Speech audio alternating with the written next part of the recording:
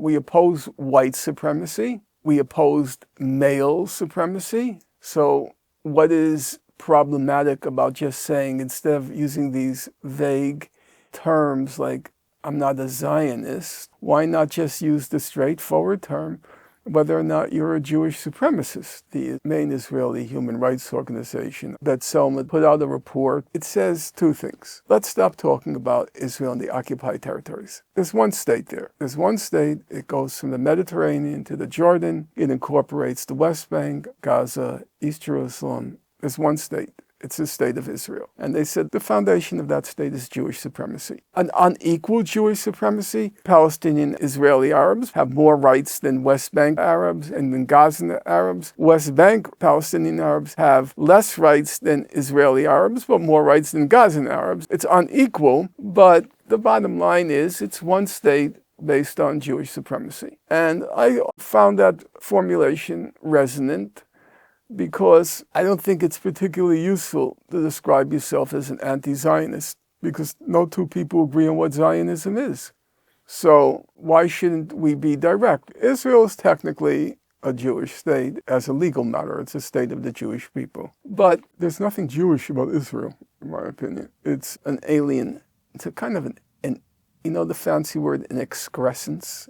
It's like an excrescence on the Jewish history and the Jewish experience.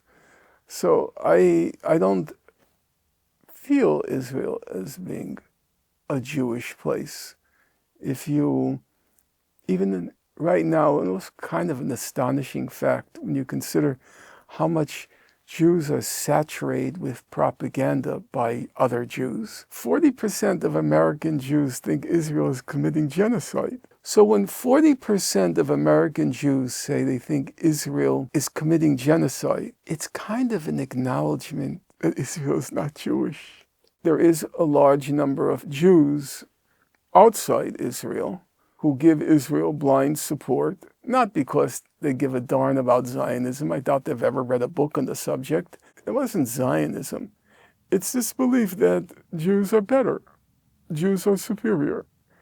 And all life, not just Arab life, all life is lesser than Jewish life, and that Jews can do no wrong.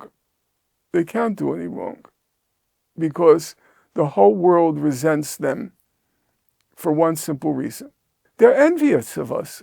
All the non-Jews envy us because we're so smart and we're so successful and we're so clever. That's a very deeply entrenched belief among Jews. Overwhelmingly, it started with the spectacular secular success of Jews in the Western world, and then with the accumulation of wealth, power, organization. It's a very hard, speaking personally, it's a very hard thing to resist, because there does seem to be evidence of it. You know, there's all these debates about whether Jews have a higher IQ, or they say Ashkenazi Jews have a higher IQ than any other ethnic or racial group. Whether it's true or not, I haven't a clue. It's genetics. What do I know about genetics? But then again, what do most Jews know about genetics? They don't really know. They know their success. They know their success. And it does breed a feeling of Jewish supremacy. You know, I have to be careful about that, not because I in any way recoil from the truth, but because you can end up with this conspiratorial view of the world where the Jews control everything.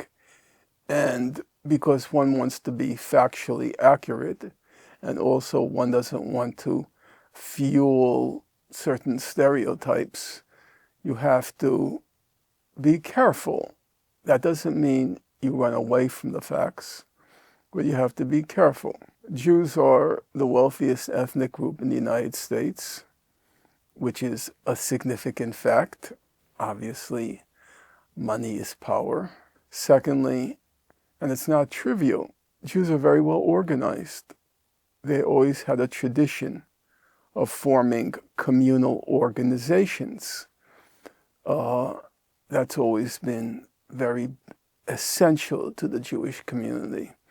So there is the organization, there is the money, and then there was, for a long time after World War II, there was, and I don't want to say this in a kind of heartless way, but there was a certain immunity that was granted Jews because of the Nazi Holocaust. And so it was very difficult to criticize Jews on any account because of looming over every question was the Holocaust.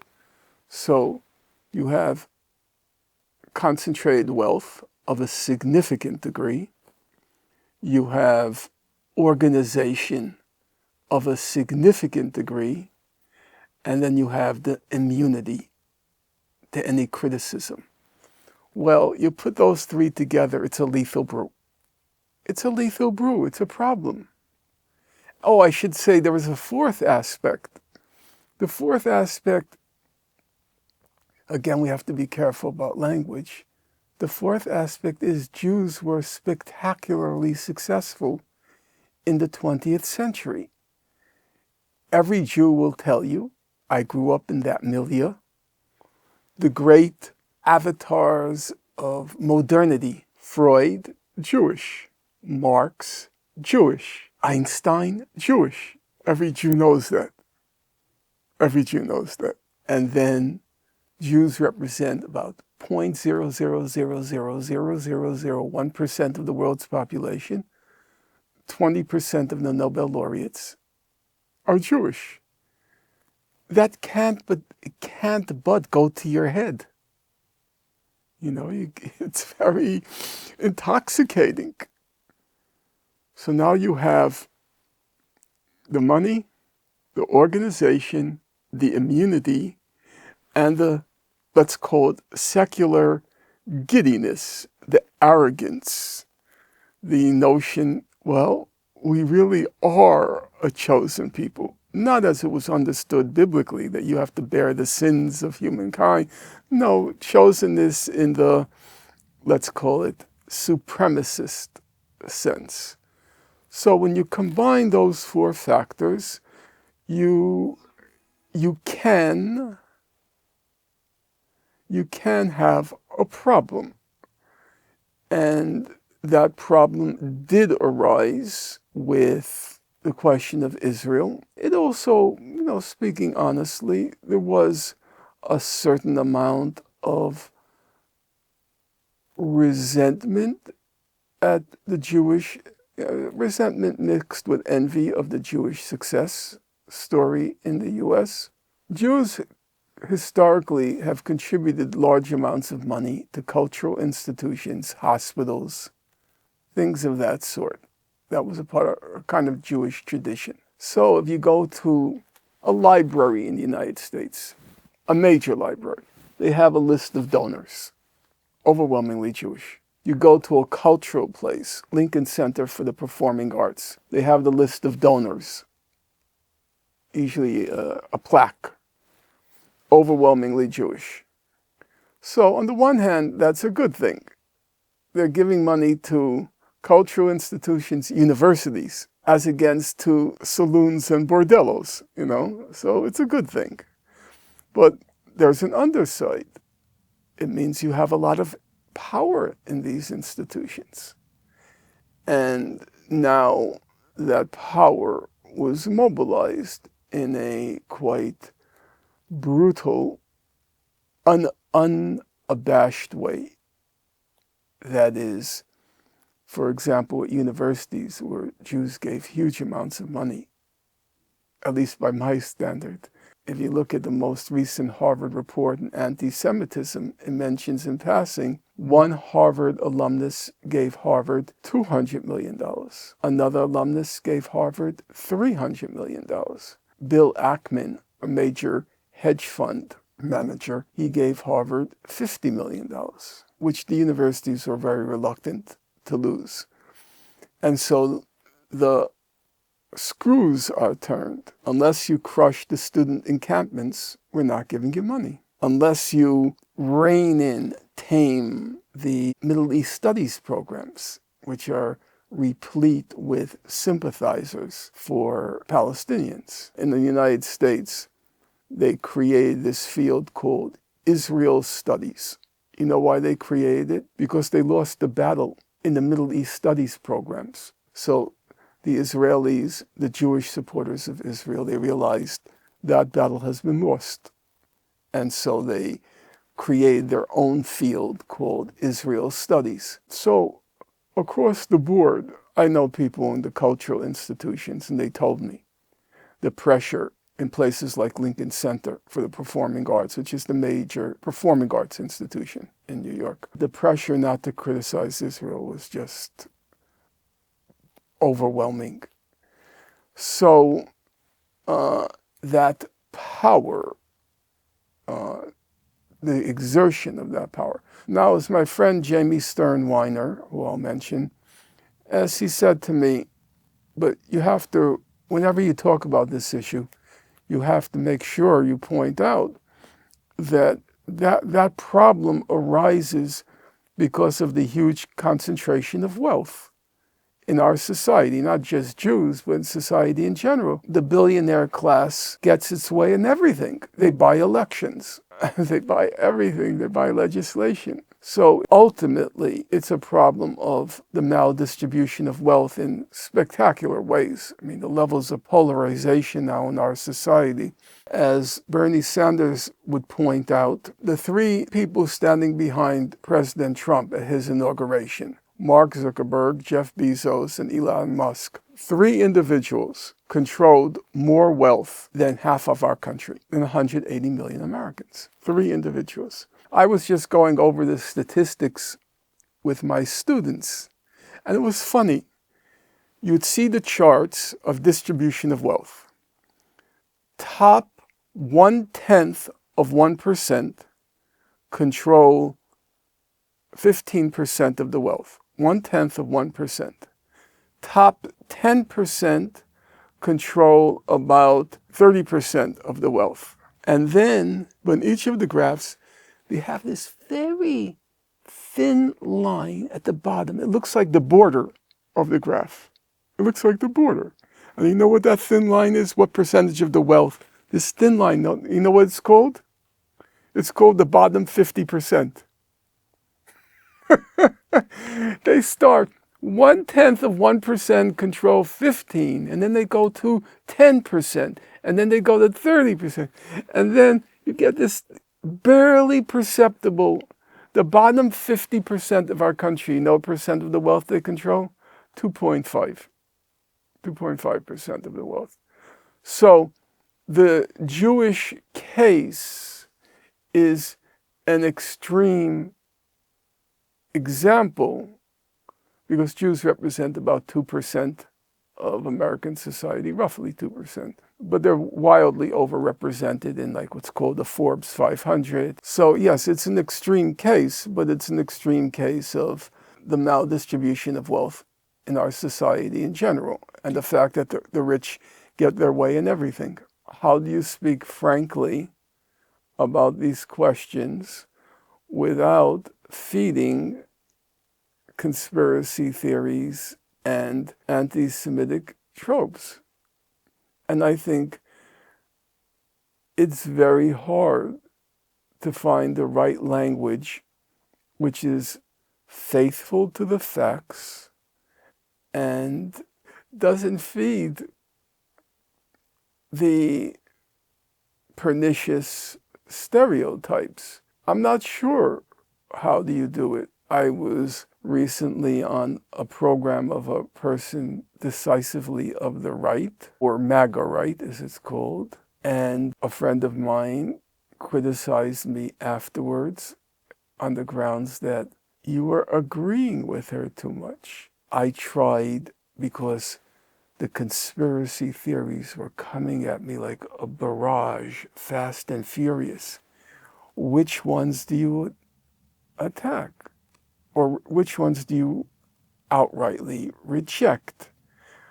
I let a large number of them pass me by. I was going to use the occasion to focus on a couple. Number one, the Nazi Holocaust happened. We're not going there. I will agree with a lot of what you say about Jewish money, Jewish power, the horrors of Gaza, but we're not going to Holocaust denial. I said, if you want to believe it, it's your right. However, if you want to be taken seriously, you have to refute a very large body of evidence. And so she started to say that all these people who claim to be survivors, they're fakes. And she said, Elie Wiesel, he's a fake. He took the identity of somebody, some strange theory. And I said to her, well, actually, you're right. A lot of the survivors are fakes. And you know why they're fakes? They're fakes because very few people survived. That's why they're fakes. The final solution was very efficient. My mother had a sprawling family. My father had a sprawling family. At the end of the war, one. That was it. Everybody else was exterminated. So if you tell me these survivors are fakes, I say, I agree with you. But I'm not going to run to the conclusion that the Nazi Holocaust didn't happen. It did happen. That's why there are so few survivors. And I agree with you. A large number of them were fakes. They are fakes. And I could tell you, I can go through the stories, from after World War II. My parents never made American friends. They weren't able to. Not because of language, mindset. And so all of my parents' friends were people they met, they knew before the war. However, how did they survive? Well, Germany and the Soviet Union divided up Poland, the Hitler-Stalin Pact. And a large number of Jews fled from the German side to the Russian side. The estimates are about 200,000, 300,000 Jews fled. My family could have fled. My mother's side could have fled because my mother's father was in the Polish middle class. He owned a tobacco store. He was fanatically religious. My mother said worse than 100 rabbis. He was fanatically religious. And the question came up, should you flee? And my father said, God will never let anything happen to the Jews. And my mother adored her father. But she would always say, so stupid. He believed in God. So stupid. So the ones who survived, they had fled to Russia. And you know what that meant? It meant they escaped the Holocaust. They're not Holocaust survivors. They escaped it. They were in Russia. None of them would dare, they wouldn't dare to say to my parents that we're Holocaust survivors also. They would be ashamed to say that. Ashamed. Now, Russia was not a bowl of cherries, and it was during World War II. And the estimates are about 27 to 30 million Russians were killed. But it wasn't Auschwitz. It wasn't Majdanek. It was not. It was different. But when the Holocaust industry, this enterprise took off, everybody wanted to be a Holocaust survivor because now it was a source of pride. Do you know, when I grew up, being a Holocaust survivor was a source of deep shame. Strange to say that now. You know why? Because the assumption was, first of all, it was said of the Jews, first of all, by another Jew, by the way, the Jews went like sheep to slaughter. It was a badge of shame. Jews went like sheep to slaughter. Why didn't they fight back? You know. And number two, the assumption was, if you survived, you must have done something dirty. My mother used to get so angry when people innocently asked her. Innocent, it really was innocent. I think it was innocent. They would ask, how did you survive? Which she always thought there was a dirty undercurrent to that, like you must have done something dirty. So it was a badge of shame. But then when the Holocaust industry took off, everyone wanted to be a Holocaust survivor. And everyone wanted to be a survivor of Auschwitz. Everyone wanted to be a survivor of Auschwitz. And everyone wanted to say they saw Mengele, the doctor of death in Auschwitz. They saw Mengele. It's all complete crap. Complete nonsense. I'm of the generation, my parents passed through the Nazi Holocaust, and they were totally anti-Israel. But my parents deeply felt the Jews needed a homeland because their feeling was they were abandoned during World War II. I don't quite agree with their formulation. I don't quite agree with it.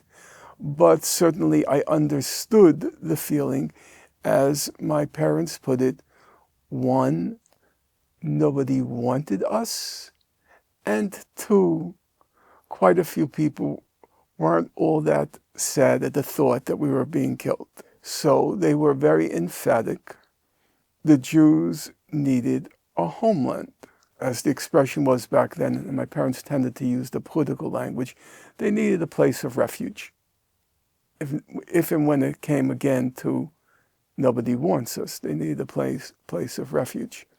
So my point is, the idea of a Jewish homeland state had very broad support. And I think the events of the past 2 years, they do have to call into question whether that whole experiment of Jews with a homeland, was it a complete and total disaster, which discredited the entire idea as well as its undertaking from the beginning. Israel is a visibly very ugly place. It's not the horror. It's not the kibbutzim. It's child killers. Not just kill children, target children. Targeting children in the skull and in the chest. It's not like it's some specialized branch of Israeli society. The Israeli army, for better or for worse, it's a citizen army. What does a citizen army mean? It means it's representative of Israeli society. So when this representative of Israeli society goes into Gaza, it's representative Israelis who are targeting children, Can I mentally grasp that? Actually, no. I know this is probably not the right way to formulate it, but the experiment didn't work. It's an abortion. It didn't work. You have to be honest about that. I don't think the truth would have come out. Programs like your own made the usual propaganda untenable. So, of course, I wholeheartedly endorse supporting your news program by subscription. So if you can, join Double Down News on Patreon.